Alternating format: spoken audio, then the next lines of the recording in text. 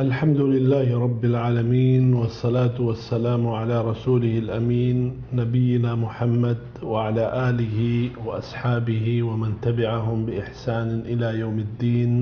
أما بعد، شدا كم سورته يا آياته دير فضيلت قرآن مجيد کی راغلی دی، پاکی دا آیت الکرسی ده او دا هغه آیت دی چې په دې کې الله رب العالمین خپل ځان تعارف بیان کړی دی او خپل صفاتونه بیان کړی دي. په دې باب کې ډېر احادیث راغلي دي. د ابي بن كعب رضی الله عنه حدیث دی چې رسول الله صلی الله علیه وسلم وفرمایله چې یا ابا المنذر، اے ابو منذره، اتدري اي آية من كتاب الله اعظم؟ آیاتات دا معلومات ستا چې په قرآن مجید کې در ټولو عظیم آیت کم آیت دی؟ نو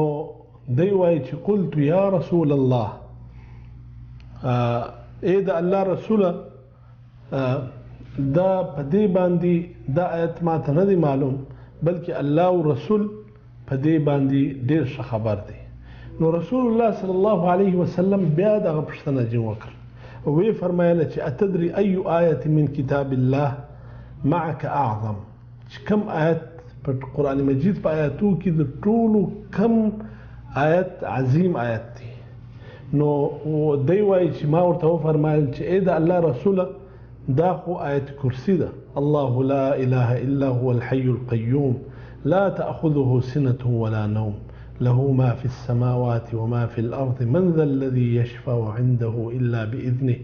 يعلم ما بين أيديهم وما خلفهم ولا يحيطون بشيء من علمه إلا بما شاء وسع كرسيه السماوات والأرض ولا يؤوده حفظهما وهو العلي العظيم. نوي شدا جواب ما وركي. نو رسول الله صلى الله عليه وسلم ضرب في صدري وقال والله ليهنك العلم أبا المنذر، واستاد ذا علم مبارك ځکه ما شاء الله وای تا داسې ښه جواب او صحیح جواب راکړي چې یقینا قرآن مجید کې د ټولو عظیم ترین آیت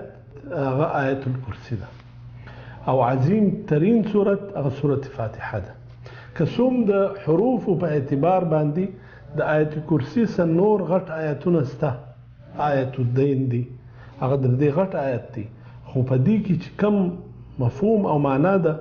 هغه د الله رب العالمین د ذات سره تعلق لري، د الله تعارف په دې کې بیان شوی او دا حدیث دی دا په صحیح مسلم کې موجود دی. دغه سي د آیت کرسی بل فضیلت هغه ابو امامه رضی الله عنه بیان کړی دی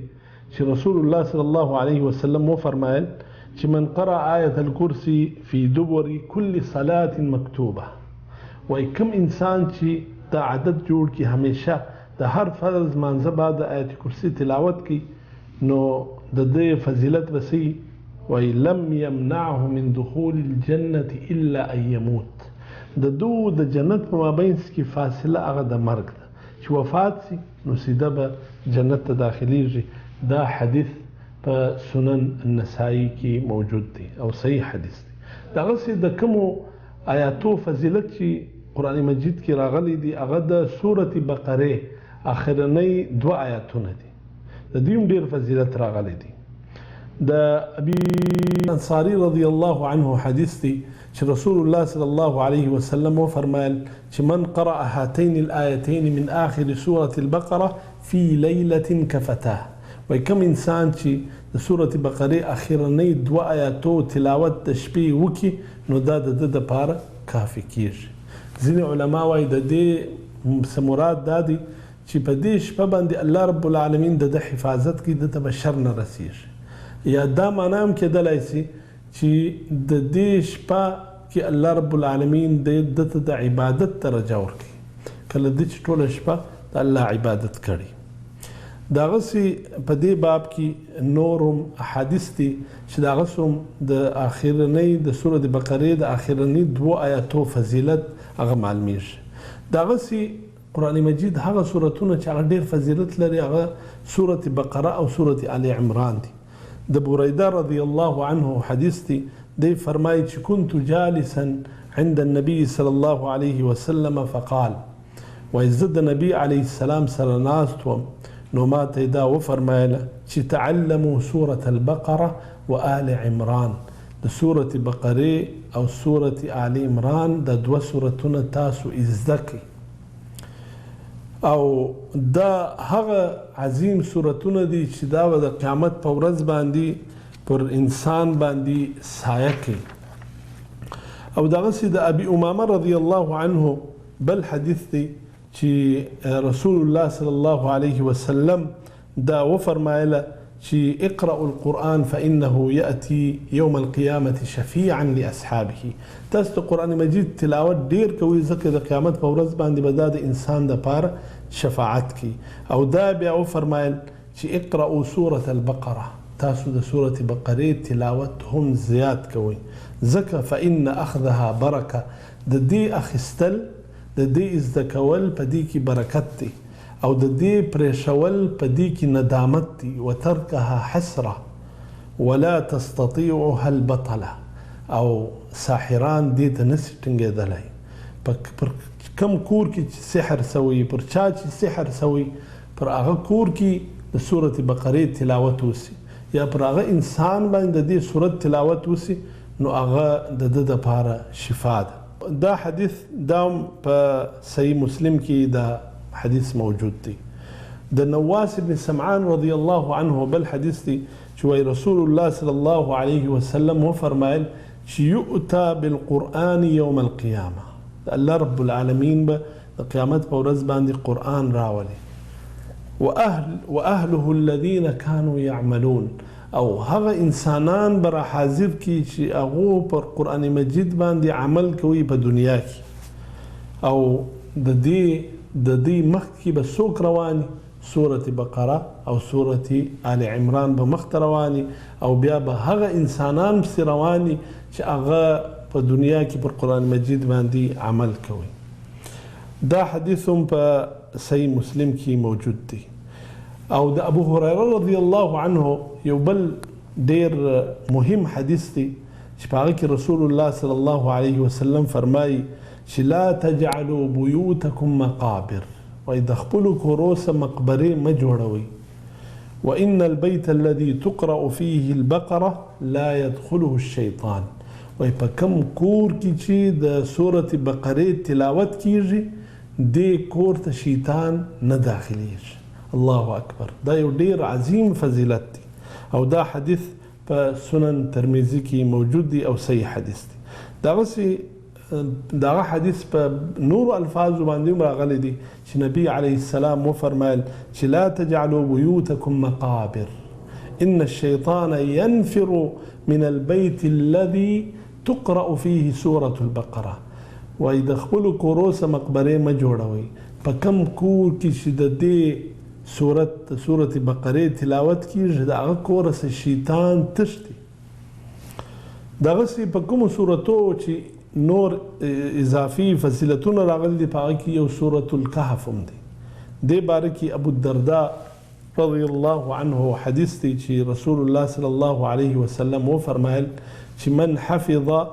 10 آیات من اول سورة الكهف عصم من الدجال وای کم انسان چې د سورة کهف اولنی لس آیاتونه حفظ کی الله رب العالمین دا انسان د دجال د فتنې څخه وساتي او دا حدیث په صحیح مسلم کې موجود دی دغسې د سورة کهف بل فضیلت دی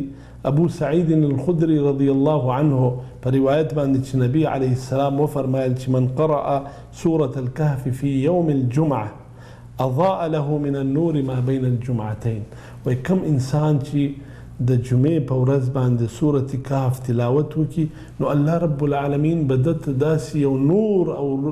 یو روشني ورکړي چې هغه به د دوو جمعو په لمانځه کې د دوو جمعو په مابینځ کې هغه نور او هغه روشنایي به د ده سره او دغسې د دغه حدیث په نورو الفاظو باندې هم د نبي علیه السلام څخه مروي دي په هغه کې نبی علیه السلام فرمایي چې من قرأ سورة الكهف يوم الجمعة اضاء له النور ما بينه وبيت العتيق الله رب العالمین به دته داسې یو نور ورکړي چې د ده څه ونیسي در اسمانه پورې به هغه نور موجود وي. دغسې د مختلفو صورتو فضیلتونه راغلي دي. د سورة الملک فضیلت هم راغلی دی. په دې کې دې باره کې رسول الله صلی الله علیه وسلم فرمایي چې کم انسان د دې صورت تلاوت کوي الله رب العالمین به هغه د عذاب قبر څخه دی وساتي. او دا حدیث هم په طبقات المحدثین په کې موجود دی. دغسې د دې سورة الملک په باره کې یو بل حدیث هم راغلی دی د ابو هريره رضی الله عنه په روایت باندې چې رسول الله صلی الله علیه وسلم وفرمایل چې ان سورة من القرآن 30 آیه، وایي داسې یو سورت دی په قرآن کې چې د هغه 10 آیاتونه دي. شفعت لرجل حتى غفر له، وایي د خپل رب ته دې صورت د هغه انسان شفاعت وکړي چې هغه انسان به دا صورت بار بار تلاوت کوي، نو در دې پورې چې الله رب العالمین دی د انسان هغه وبخشي. دغسې په هغه صورتو کې چې د هغو فضیلت راغلی دی سورة الکافرون او سورة الصمد دی. سورة کافرون قل یا ایها الکافرون دا هغه عظیم صورت دی چې د دې تلاوت څوک وکړي نو دا انسان ته دونه فضیلت ملاویږي کله د چې د قرآن مجید څلورمه حصه تلاوت وکړي. او د سورة الاخلاص تلاوت چې کم انسان وکړي نو دته دونه ثواب ملاویږي کله د چې ثلث القرآن د قرآن مجید د 10 سپارو تلاوت وکړي. دا حدیث هم په سنن ترمذی کې موجود دی او صحیح حدیث دی. دغسې په دې باب کې نور ډیر احادیث راغلي دي. او اخرنۍ خبره چې زه کومه د پروګرام په دې برخه کې هغه د معوذتینو هغه فضیلت دی. د سورة قل اعوذ برب الفلق او قل اعوذ برب الناس په باره کې د عقبه ابن عامر رضی الله عنه حدیث دی چې رسول الله صلی الله علیه وسلم وفرمایل چې اقرأ بالمعوذتین فإنك لن تقرأ بمثلهما.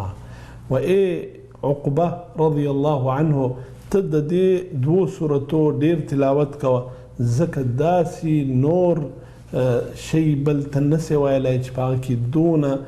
جامع او معنی دعاګانې موجود دي. کوم وخت چې دا صورتونه را نازل سول نو نبی علیه السلام به دا به طور دم د استشفا دپاره د دې تلاوت کوي او په دې باندې به د بیماریانو او د سحرو او داسې د نورو ناجوړیانو علاج هغه په دې کې موجود دی. د الله رب العالمین څخه دا دعا کوو چې موږ ته د دې مختلفو آیتو د دې د سورتو ډیر زیات تلاوت کولو توفیق راکړي. هذا واخر دعوانا ان الحمد لله رب العالمين.